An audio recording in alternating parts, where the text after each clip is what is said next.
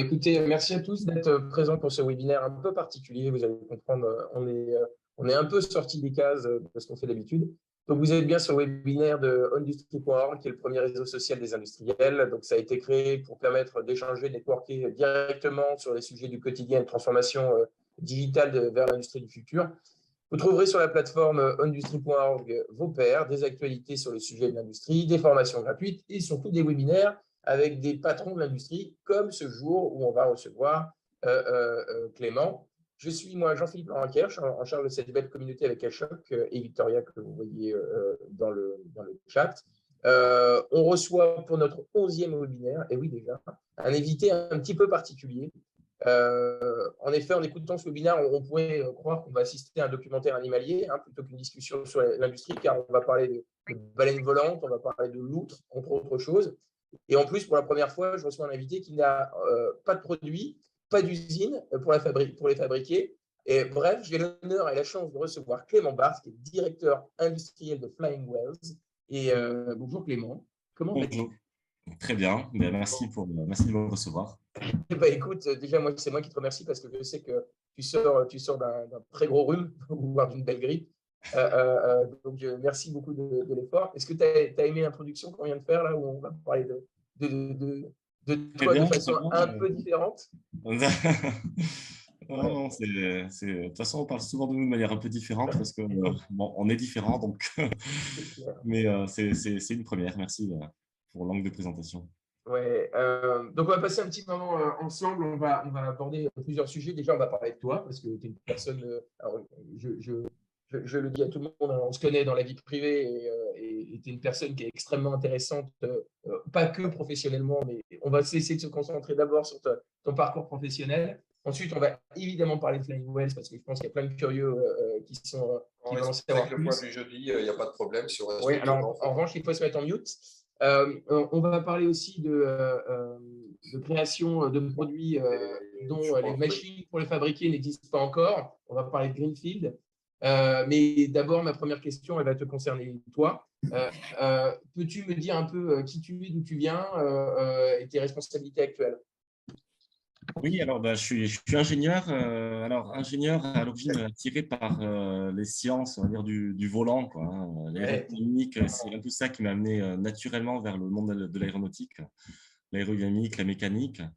Et puis j'ai surtout en fait fait une rencontre avec l'industrie au début de ma carrière parce que l'école ne nous y sensibilisait pas trop finalement, Clairement, ce ouais. que je peux regretter a posteriori, hein, parce que je trouve que c'est pas étonnant en fait que la filière se vide et que les ingénieurs partent aussi massivement dans le conseil. C'est parce qu'il y a assez peu d'informations sur le monde industriel.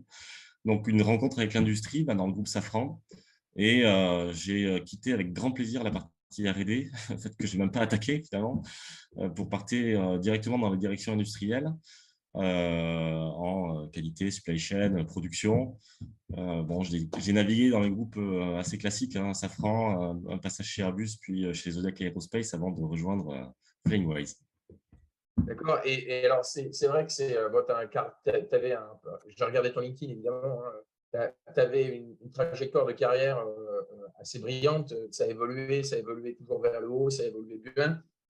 Et puis d'un seul coup, qu'est-ce qui s'est passé, quoi? Tu pars, tu es dans des grands groupes, tu as donné quelques noms, ça se passe bien pour toi, tu plaques tout pour te retrouver sur un projet où il n'y a pas d'usine, il n'y a pas de produit, il y a une vision, il y a des financements, mais pas tout le temps.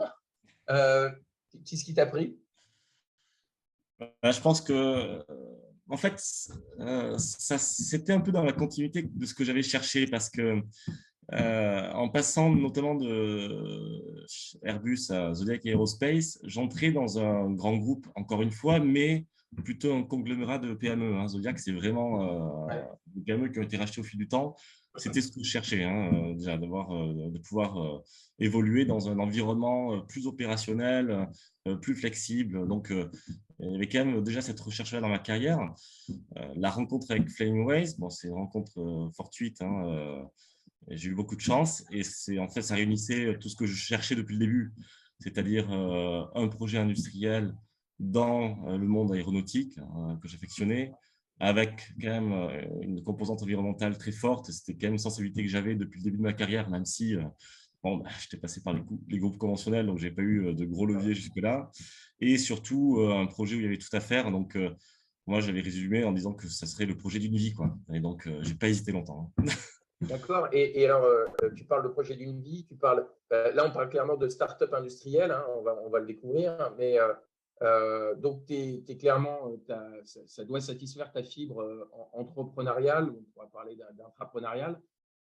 Cette fibre entrepreneuriale, tu as travaillé dans des grands groupes de l'aéro français. Comment tu peux l'assouvir de ton expérience, hein, est-ce que c'est possible d'assouvir cette fibre entrepreneuriale ou intrapreneuriale aujourd'hui avec la culture que tu as pu découvrir dans ces grands groupes où c'est compliqué, où chacun peut faire son parcours?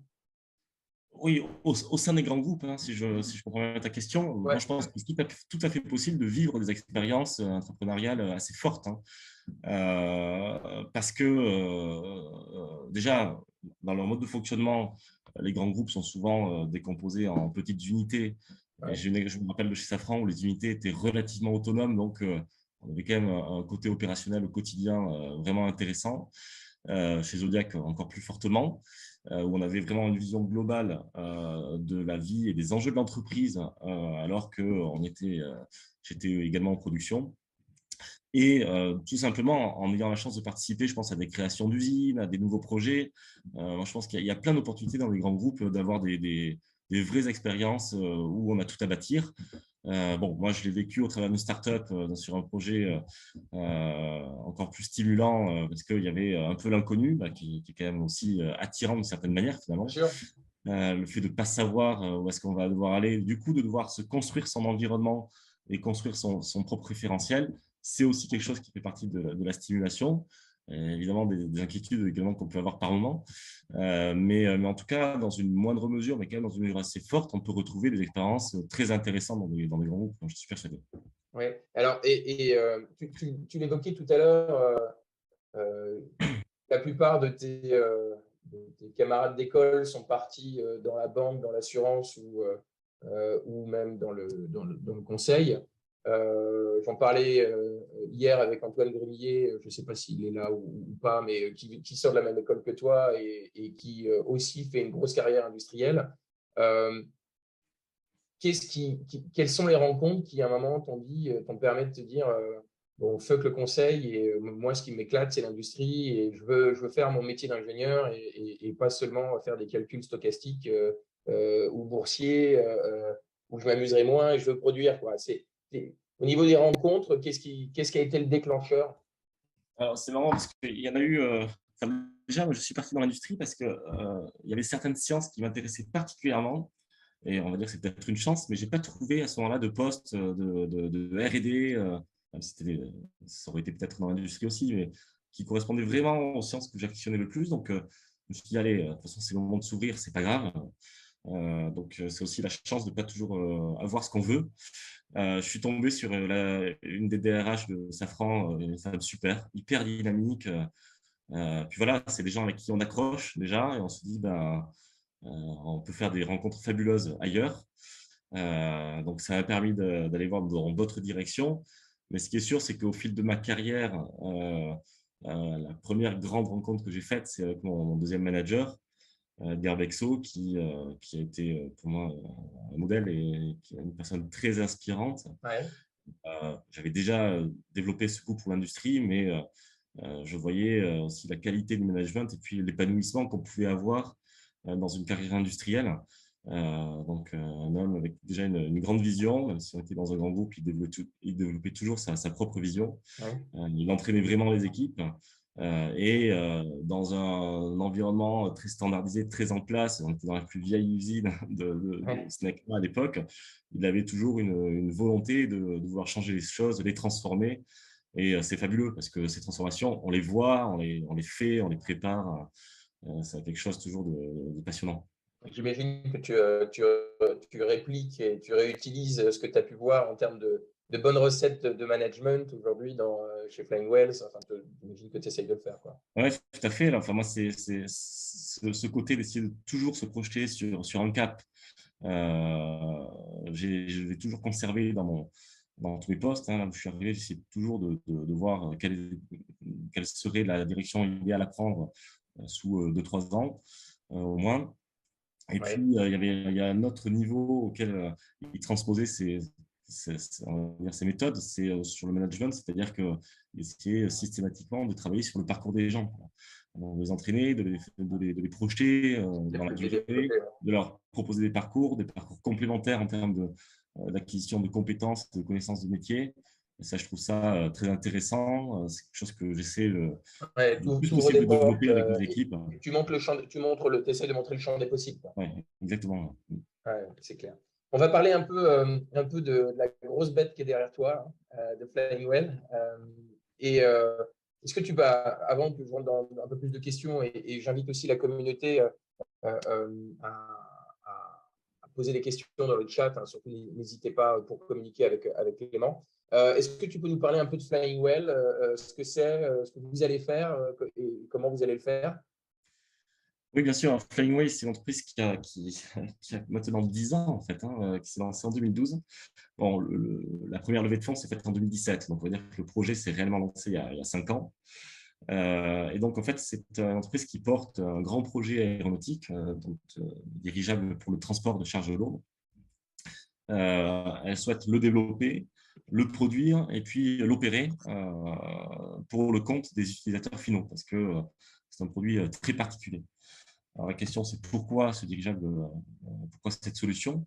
On était parti d'un besoin de l'ONF à l'origine pour aller débarder du bois dans des sites inaccessibles. Ils étaient confrontés à cette problématique-là parce qu'il fallait qu'ils accèdent à une nouvelle forêt en France pour augmenter la production de bois, pour alimenter la filière bois qui est déficitaire en France. Donc, on est parti de leurs besoins. Et finalement, on s'est dit le seul moyen, c'est de passer par les airs, mais avec une solution très peu coûteuse. Donc, le dirigeable a cet avantage de résister à la gravité grâce à l'hélium et non pas en consommant du kérosène. Donc, déjà, on diminuait très fortement les consommations et donc les coûts d'exploitation. Ouais. Et puis, par contre, il fallait être capable de faire du chargement et du déchargement en vol stationnaire. C'est l'innovation principale de notre projet. C'est quelque chose qui, en fait, a intéressé et intéresse énormément de clients pour d'autres applications derrière, plutôt pour des marchés de niche, des applications très spécifiques, sur des opérations vraiment spéciales, mais sur des marchés quand même qui nous permettent d'envisager la production de 150 machines en 10 ans. Donc, je citais le bois, il y a tout ce qui s'insère dans la transition énergétique avec les pylônes électriques, les tourées de câbles, l'éolien, qui sera également un gros marché pour nous pour déposer notamment les pales sur les champs d'éoliennes. Ouais.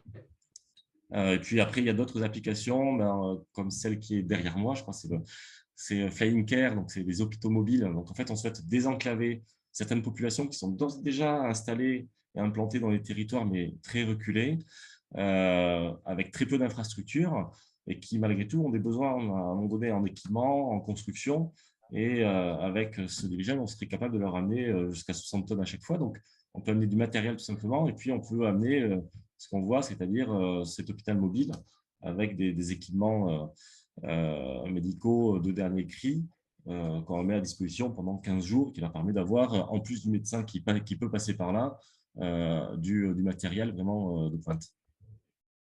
Des crises humanitaires, suite à des tremblements de terre, des choses comme ça, où il n'y a plus de route, Voilà. il n'y a plus rien, et d'un seul coup… Ouais, on a beaucoup de partenariats avec des ONG parce qu'on pense pouvoir intervenir dans des moments où les infrastructures sont pas mises en place voilà, suite à des catastrophes naturelles. D'accord. Donc, le business model est un business model d'opérateur et pas de vendeur. Exactement. Alors, on prévoit quand même de pouvoir vendre des machines à certains opérateurs qui auraient on va dire une exclusivité sur certains territoires. Donc, il y a certains pays comme ça qui ne permettent pas à des opérateurs de venir opérer librement. Mais majoritairement, on va opérer nos propres machines. En fait, déjà, on doit bâtir toute la réglementation. que Oui, ce c'est soit ça. sur la conception, la production, mais également les opérations.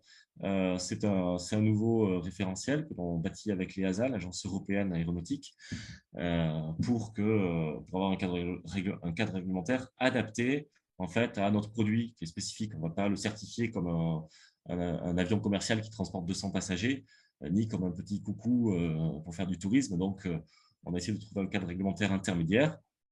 Et de la même manière, il va falloir certifier nos opérations, certifier nos pilotes, certifier nos opérateurs de maintenance. Oui, on reste dans l'aéro, quoi.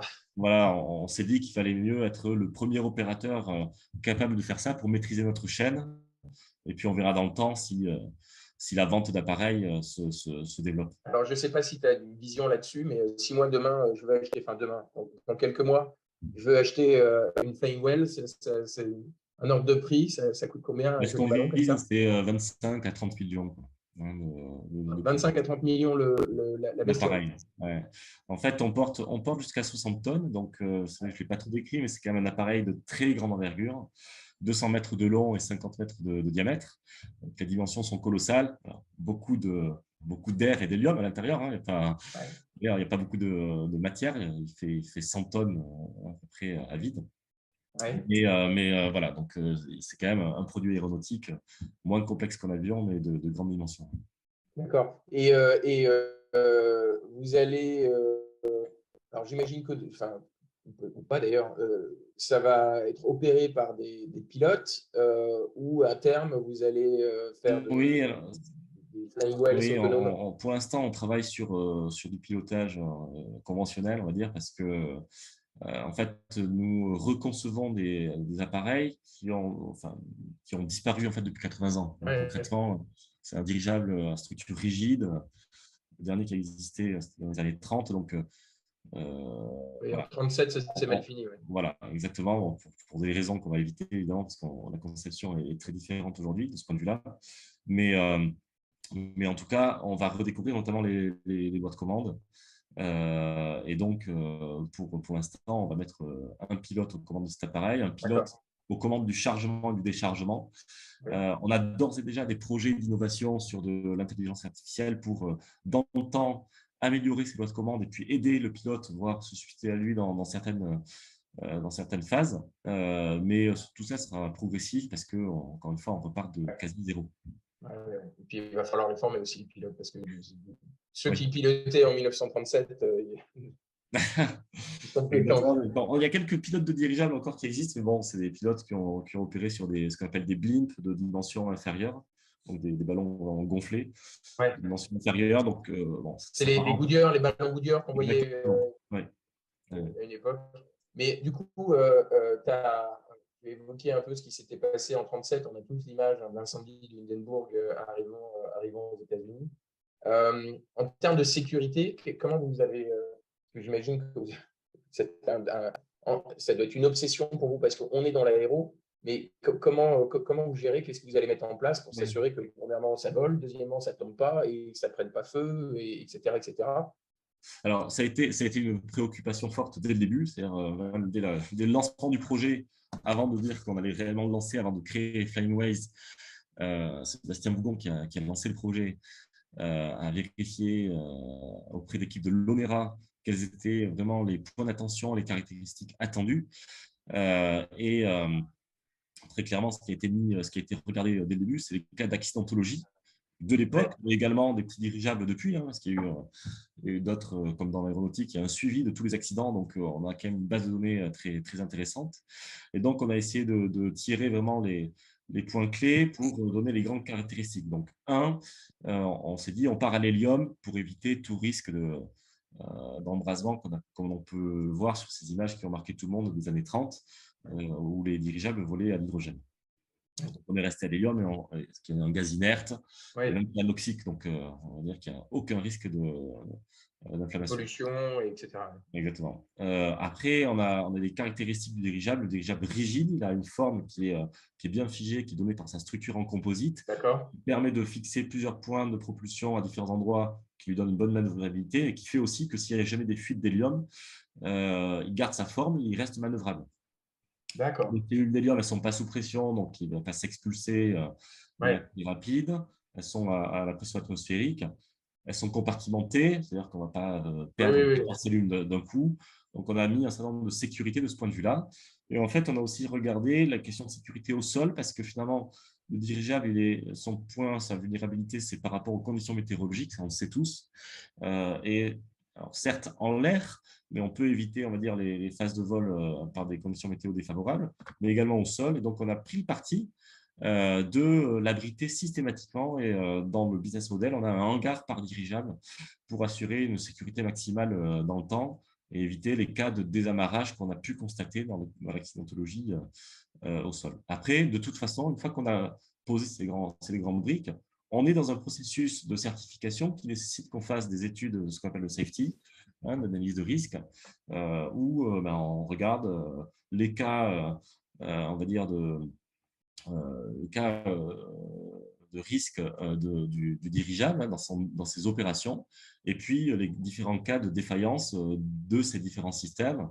Et tout ça, on doit garantir que ça arrive avec des probabilités acceptables, ou si ce n'est pas le cas, que les systèmes soient Ouais. renouvelés. Donc, l'avantage, c'est que par rapport aux années 80, on est dans un système aéronautique normé. Donc, on rebâtit une base réglementaire, mais les méthodologies de travail sont là. On a adopté D'accord. toutes les méthodologies de travail de l'aéronautique, en fait. Ah, ok, d'accord. Donc, des systèmes ultra redondants, etc., etc. Une des failles, une question qui est posée par Samuel, c'est, on sait que dans un système comme le vôtre, une des failles, c'est souvent le facteur humain. Vous avez, j'imagine, créé aussi tout un système de pilotage automatique et de guidage pour supporter les efforts des pilotes. Oui, oui, alors déjà, il y a dans certaines phases, en effet, il y a d'ores et déjà certains modes de pilote automatique qui seront développés dès le démarrage. Et puis, ce qu'on estime, ce qu'on évalue dès le début, c'est notamment, en effet, l'ergonomie du cockpit pour que le pilote ait accès aux bonnes informations au bon moment. Donc, ce sont des choses que l'on regarde. On a une équipe qui est vraiment focalisée sur ces sujets-là. Mais également sa charge de travail, hein. C'est-à-dire qu'il faut s'assurer qu'on ne lui demande pas de faire 3 tâches en même temps qui ne sont pas accessibles. Donc ça, ce sont des méthodologies également de développement qui sont assez conventionnelles dans l'aéronautique et que l'on regarde spécifiquement parce que euh, malgré tout, la manière dont ces appareils seront pilotés est assez spécifique. Et donc les commandes, leur emplacement, le type de commande est un peu différent de ce qu'on va trouver dans un avion. Donc on se fait challenger par des pilotes de dirigeables, par des pilotes de grue également, Ah oui, pour être capable ah de oui, faire pour la charge, oui. exactement, et Ouais. pour vérifier que ce qu'on est en train d'estimer soit vraiment, puisse être confirmé. On Le, a le, le, déjà un cockpit qui simule ces phases-là. le vol inaugural, il est prévu, question de Stéphane, le vol inaugural, il est prévu quand? Alors, on le prévoit fin 2025. Ouais. Donc, on Avec travaille ou sur retard? avec déjà du retard qu'on a pris sur le lancement de l'usine, hein. Ouais. En fait, finalement, c'est notre plus gros point dur. Ces créations d'usines, bah, c'est absolument fabuleux. Ce sont des projets comme ça qui émergent de terre et qui sont des symboles extrêmement forts de l'industrie, mais qui sont également des projets dans le projet Oui. et qui conditionnent la réussite On du va, reste. on va en parler juste après. Mais et il y aura, entre-temps, d'ici le vol inaugural, vous allez faire des démonstrateurs de plus petite taille, vous allez faire voler des plus petites baleines ou, Alors, en fait, on a une batterie d'essais qui vont être réalisés. On a eu des essais en soufflerie pour caractériser l'appareil. Et après, on va tester différents systèmes séparément. Donc, on a d'ores et déjà fait des essais de cellules d'hélium qu'on va reproduire à nouveau, des essais de structure qui sont planifiés. On va avoir des chaînes d'avionique intégrées, la chaîne de propulsion également intégrée en 2 morceaux. Donc, on a une batterie d'essais qui est planifiée. Par contre, on n'a pas prévu de faire un prototype, par exemple, à échelle réduite, même taille 1,5, parce que 1,5 en dimension, quand on fait les effets de volume, en fait, on perd 80% de la capacité d'emport. Et donc, on n'aurait pas eu d'essai représentatif de ce point de vue-là. Donc, on a pris le parti que le prototype serait à taille réelle. Voilà. d'accord, La ok, première machine serait à taille directement. réelle. On vous apprendrez plus de choses, en effet, mais ça prend plus de temps à mettre en place. Et il y a une question que François pose et qui m'intéresse aussi, c'est tu sais que Tesla, ils ont été capables de résoudre des problématiques de maintenance sur les freins par de l'innovation software et par du réglage software c'était en 2019, je crois. Vous, au niveau de la maintenance de ces appareils, vous avez déjà un peu réfléchi, enfin j'imagine, mais comment tout ça va être géré, comment on parle beaucoup, tu sais, de maintenance prédictive, par analyse des data, etc. Vous avez déjà travaillé sur ces aspects-là? Oui, oui, un petit peu. Alors, enfin, en tout cas, on y réfléchit. On est en train de regarder comment collecter les différentes données. Ce qu'on a déjà défini, c'est que on aurait, par exemple, un système qui permet d'envoyer quasiment en temps réel, mais en tout cas sur des périodes assez courtes, pendant le vol, les données de maintenance à distance. Parce que déjà, un des gros enjeux, avant de parler de maintenance prédictive, c'est d'arriver à planifier la maintenance et de l'organiser le mieux possible.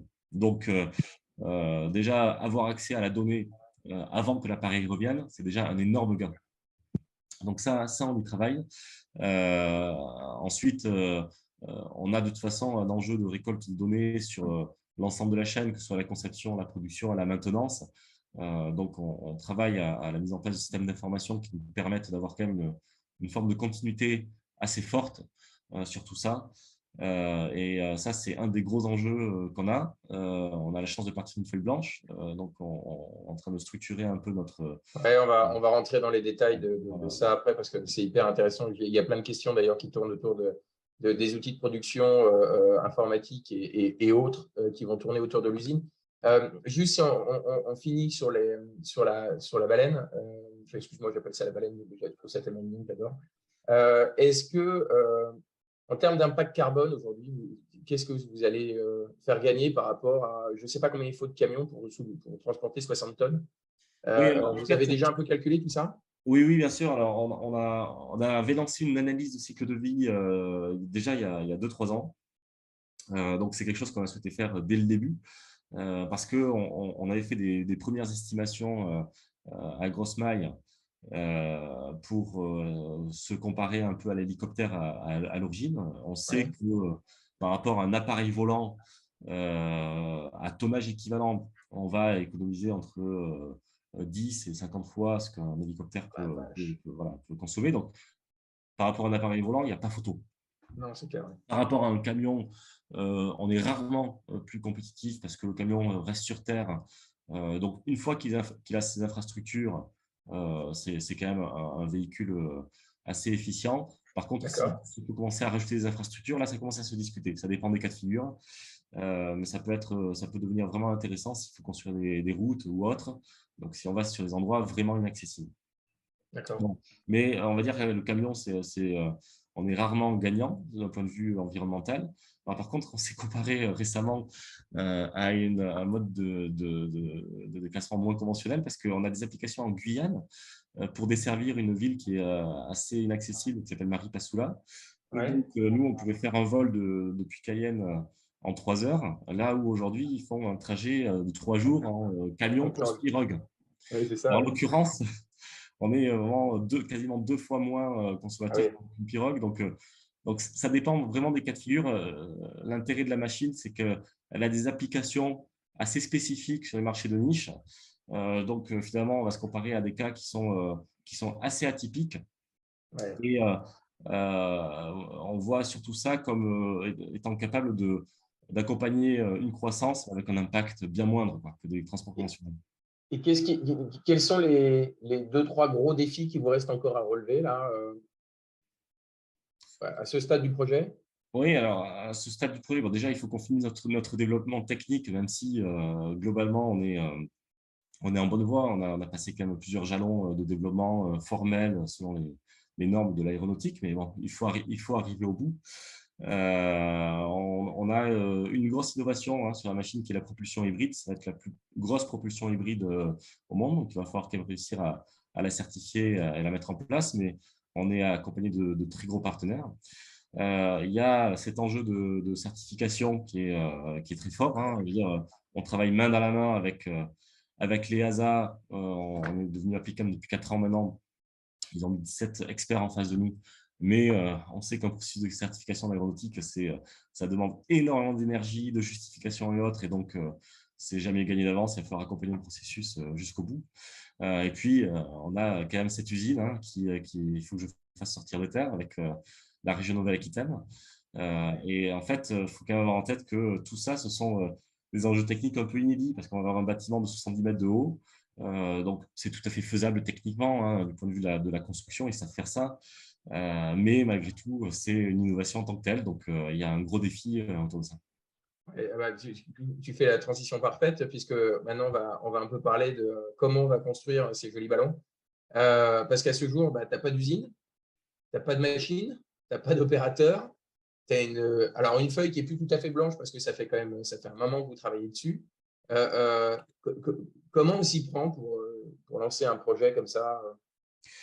Alors, au début, on part de pas grand-chose. Donc, déjà, on démarre avec des méthodes assez conventionnelles. Hein. C'est-à-dire qu'en Resolve, il faut quand même avoir des fondamentaux. Donc, le takt time, un bon dimensionnement de l'usine. Donc, il y a quand même des réflexes à ne pas perdre de vue.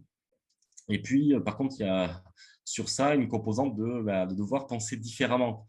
Pas pour être original, mais parce qu'on aborde une problématique très différente.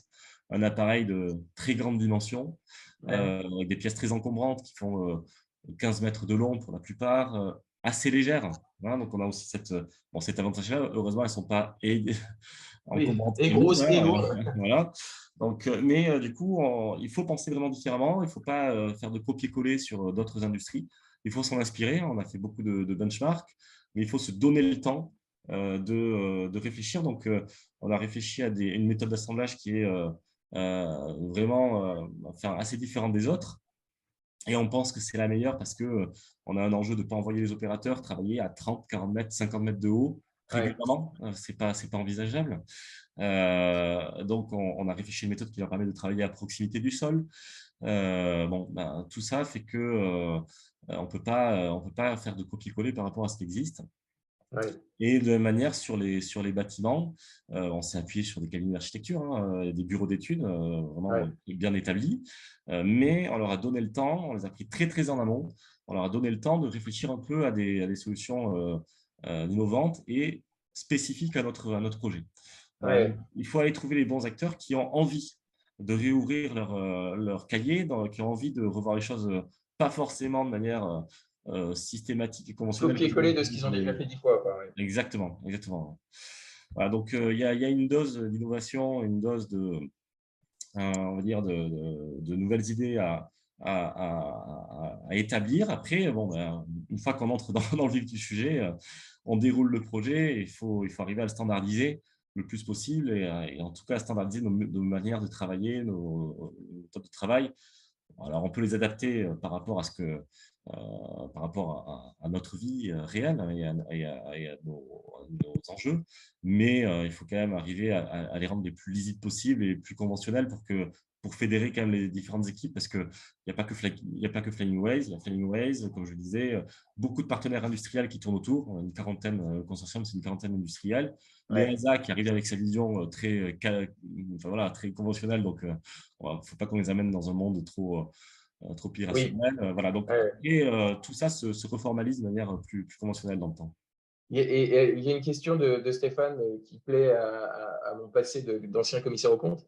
Quels sont les livrables jalons aujourd'hui qui permettent de prouver l'avancement du projet auprès des financeurs et si on parle un peu d'argent, aujourd'hui, vous avez levé combien d'argent depuis le début?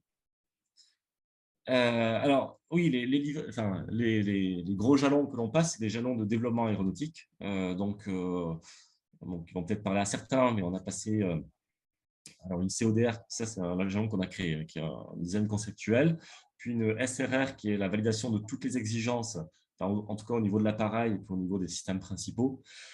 Là, on est en train de valider la PDR, donc le jalon de revue de design préliminaire. Donc ça, c'est un jalon qui parle à peu près à tout le monde parce qu'il y a son équivalent dans l'automobile ou autre. Et puis, on arrivera à la CDR en fin d'année prochaine. Donc, on est déjà sur des jalons que les gens peuvent estimer de l'extérieur. Et d'ailleurs, quand on a préparé la dernière levée de fonds, comme la précédente, il y a des cabinets qui ont l'habitude de l'ingénierie aéronautique, ils sont venus nous auditer. Même la DGAC est venue nous auditer pour regarder où est-ce qu'on en était concrètement. Ils ont regardé les dossiers qu'on avait pu produire. Ils nous ont posé une série de questions et donc ils ont estimé en effet que, même si ce n'est pas eux qui vont nous certifier les jalons qu'on passe, mais qu'on était à un niveau de maturité cohérent. D'accord. Et alors, l'information est publique, donc je pense que tu peux communiquer dessus, mais vous avez levé combien d'argent depuis le début? Voilà, depuis le début, on a fait 3 levées de fonds principales. Donc, on a levé à peu près 160 millions d'euros, 10 millions, puis 30, puis 122, donc c'est plutôt 160. On l'a fait en 3 phases, comme ce qu'on avait prévu. On souhaitait monter en puissance progressivement parce qu'évidemment, le programme est long. Et on savait qu'on ne pouvait pas lever tous les fonds dès le début. Il fallait justement qu'on passe ces étapes intermédiaires pour montrer qu'on avançait dans le bon sens. Comme les phases cliniques pour les labos, etc. Voilà, exactement. Et donc, c'est la dernière levée de fonds qu'on fera avant l'IPO. Donc là, on prévoit vraiment pour le prochain coup de faire une entrée en bourse à peu près au moment du premier vol. Au moment où vraiment on aura, on va dire, démontré techniquement la réalité de Ça marche.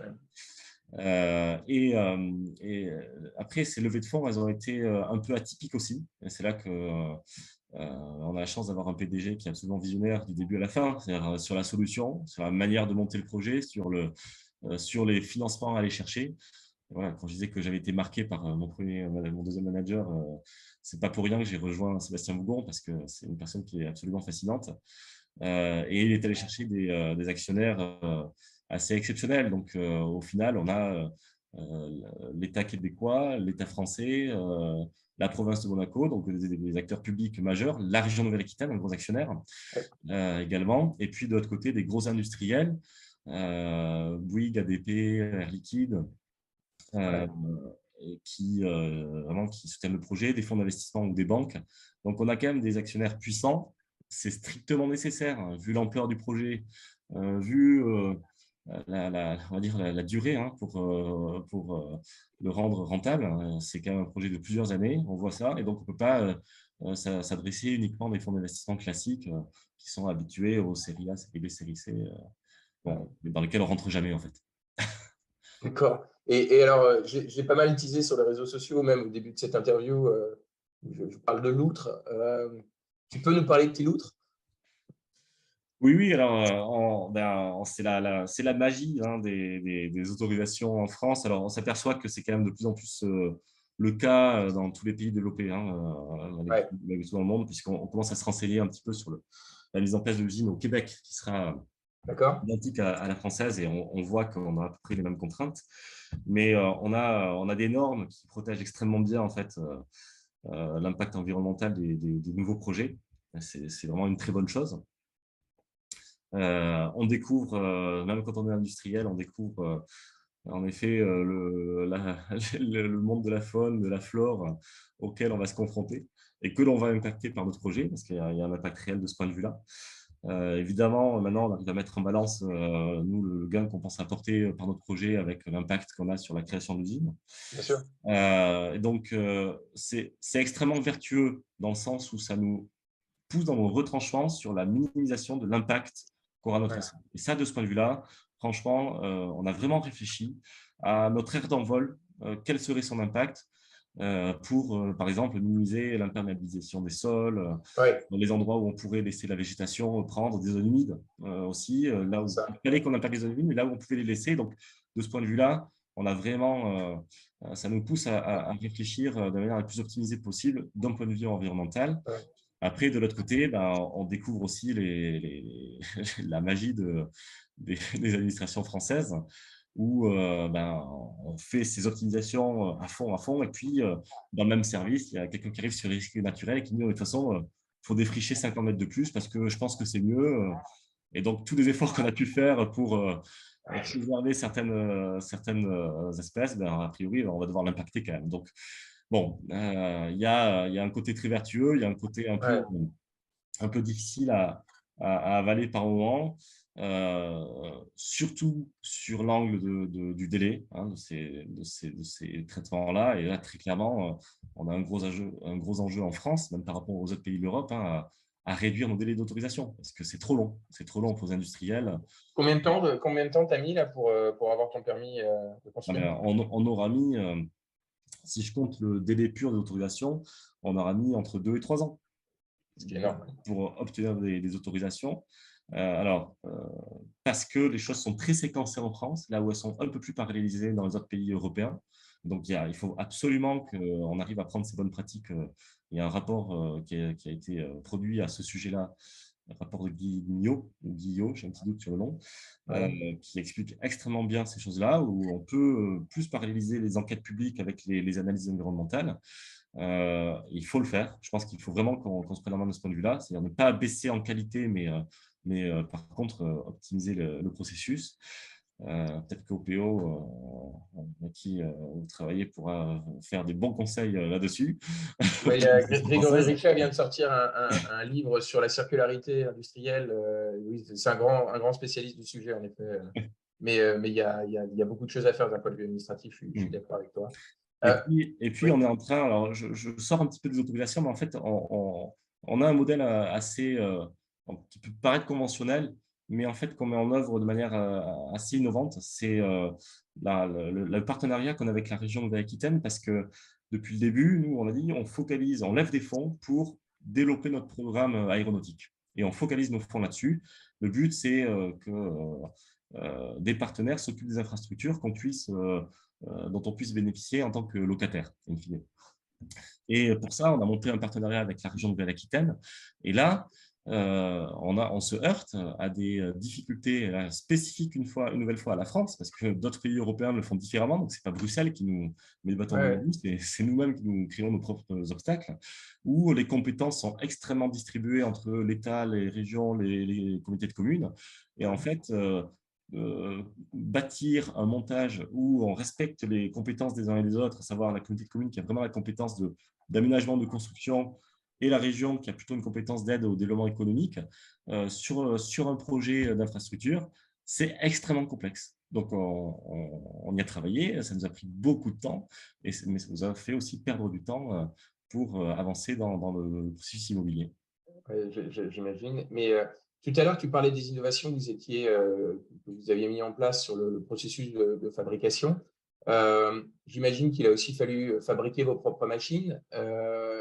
Et d'un point de vue, pareil, gestion de la donnée, gestion informatique, quelles sont les choses que vous avez dû mettre en place qui n'existaient pas et qu'est-ce qui vous pose éventuellement des problèmes aujourd'hui parce que vous n'arrivez pas à trouver les bonnes solutions?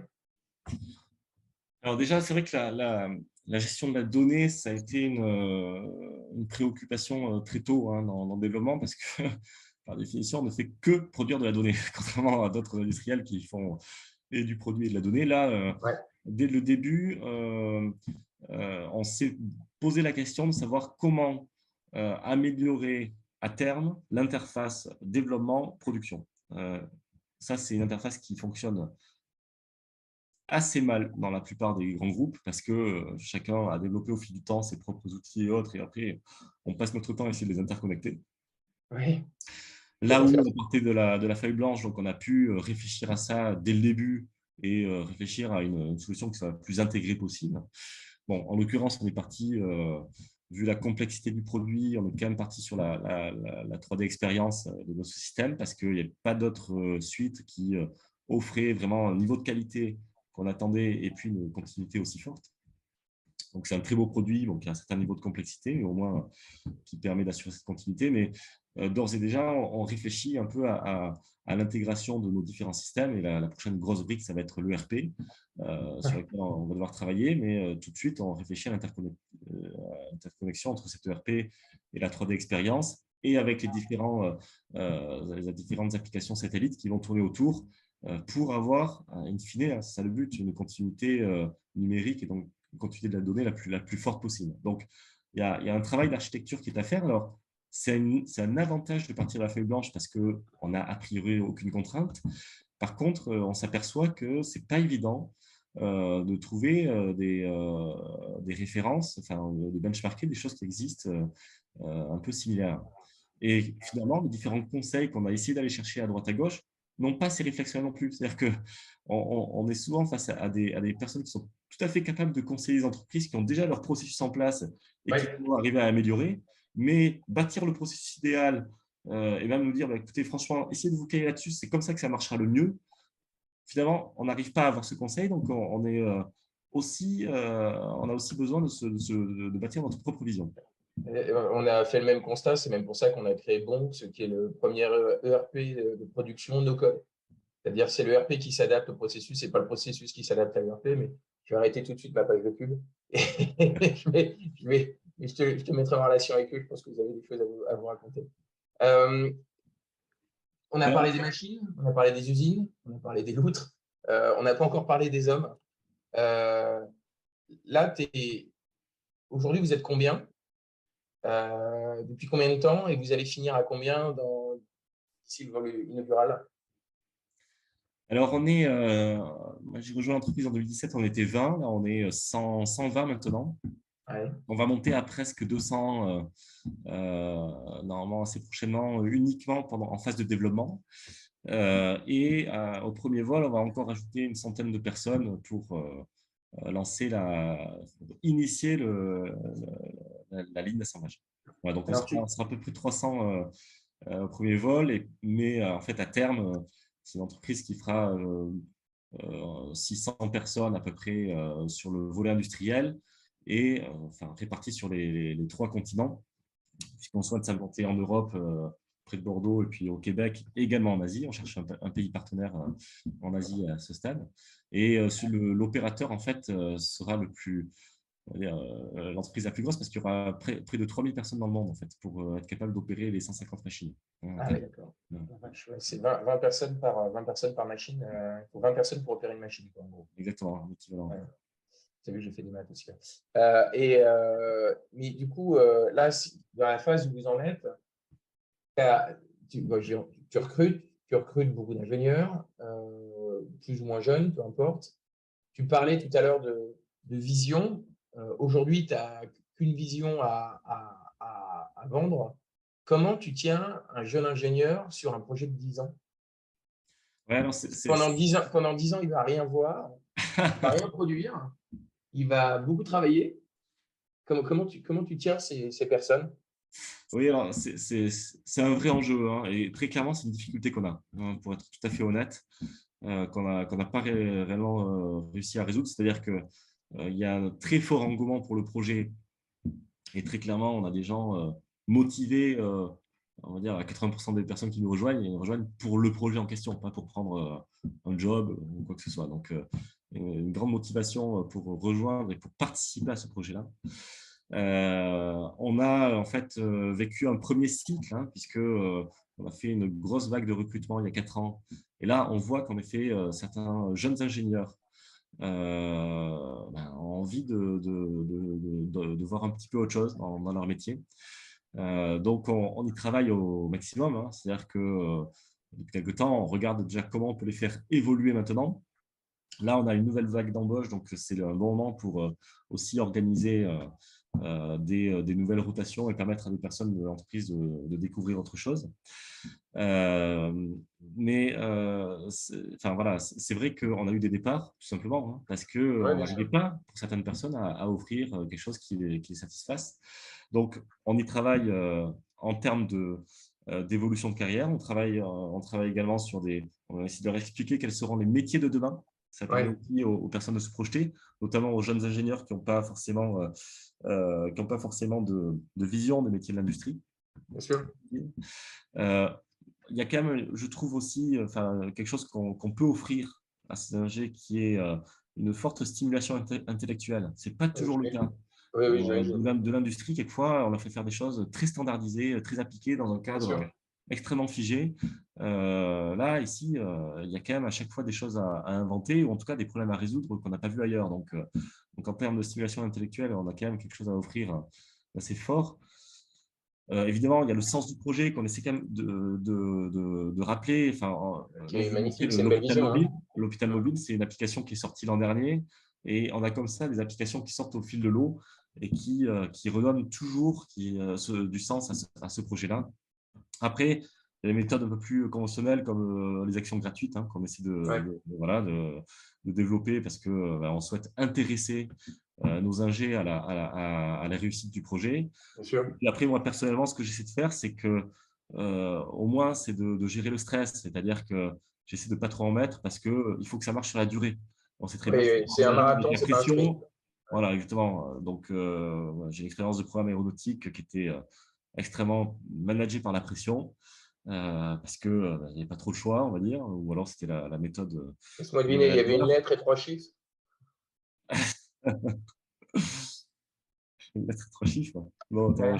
Non, là, je sais pas, j'étais sur la 380 où ah, oui, non, ah, non, non, pardon, le le programme. programme était Oui, oui, oui, réputé bah, pour être. de toute façon, c'est souvent une lettre et 3 chiffres, dans tous les cas. Ouais, Je n'étais pas sur ouais, celui-là, mais voilà. Bon, je veux dire, le but, c'est de les conserver le plus longtemps possible, de les conserver motivés et qui se projettent dans le temps. Et très clairement, on a une génération qui est en attente d'un bien-être au travail extrêmement d'accord, fort, et c'est tout à fait vertueux. Ça nous oblige vraiment bien sûr. à gérer ces phases aussi qui peuvent être difficiles pour eux, quoi. Et du coup, tu sais, je vois une question de François qui sera peut-être un candidat, hein, je le souhaite. Il te demande quelles sont les compétences recherchées pour ton projet. Tu as besoin de qui? Tu as besoin de quoi comme compétences? Ben, déjà, on a quand même besoin de compétences humaines assez fortes parce que on vit, finalement, c'est quand même une petite équipe alors, qui grossit au Ouais, fil du temps, mais il faut arriver sur la durée à bien s'entendre. ouais, Parce que la personne qu'on a en face de nous aujourd'hui, on l'aura en face de nous en 4 ans. C'est ça qui change. Donc, il faut que ça matche bien. Donc, on vérifie quand même ça de manière extrêmement forte. Et puis, après, c'est un équilibre. C'est-à-dire qu'on a quand même besoin de plus en plus d'aller chercher des personnes, plus on avance dans le développement, plus on a besoin d'aller chercher des personnes qui quand même maîtrisent ce qu'elles font. C'est-à-dire un socle technique solide, ce sont des ingénieurs, et à la fois qui sont capables de s'ouvrir. C'est-à-dire il ne faut pas raisonner de manière totalement standardisée. Donc, il faut que ce soit des personnes qui soient capables de bâtir leur environnement, de bâtir leurs solutions, parce qu'il y a quand même vraiment certains sujets à développer de manière spécifique. Mais après, les compétences recherchées, techniquement, elles sont dans différents domaines.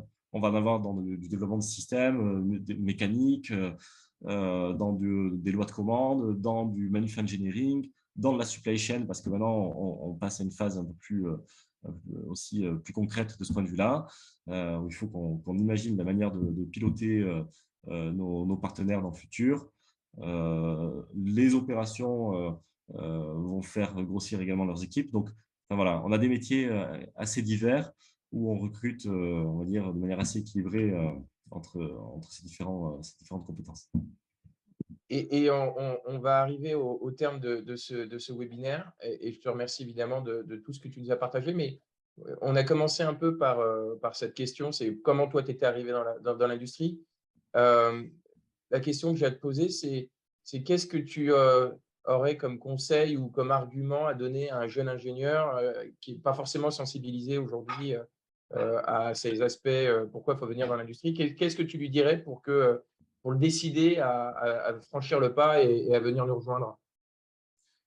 Oui, ben, je vais repartir un petit peu de mon expérience, mais c'est vrai que la raison pour laquelle j'ai vraiment accroché très rapidement avec ce monde de l'industrie, c'est que on s'y sent très rapidement utile. On sent que ce qu'on fait, ça a des résultats, ça a des conséquences visibles, directes, utiles pour d'autres acteurs. Et donc, ce sentiment d'utilité, ça rejoint tout à fait, je pense, la quête de sens. La quête de sens que j'ai pu avoir à un moment donné dans mon parcours, la quête de sens qui est très développée chez les jeunes générations. Se sentir utile dans ce qu'on fait au quotidien, c'est ça qui donne du sens. Donc là, ça va être en aidant les autres. Et là, dans l'industrie, on fait et on fabrique en fait notre avenir. Et c'est ça qui est absolument passionnant, même grisant par moments, et qui fait qu'on adore généralement ce quotidien. Et c'est une bonne équipe. Ouais, je te confirme, je rencontre que des passionnés dans l'industrie. Et mais je te remercie énormément pour ce partage. J'ai appris plein de choses. J'en connaissais quelques-unes parce qu'on avait déjà pas mal parlé, mais tu m'as encore fait découvrir à quel point le projet que vous êtes en train de mettre en place est passionnant. Et j'espère que ça a intéressé évidemment toutes les personnes qui ont regardé en direct ou qui verront lors du replay cet entretien. Euh, je vais te laisser retourner construire ton usine. Aller gratouiller le ventre des loutres également, si tu arrives à les attraper, je ne suis pas sûr.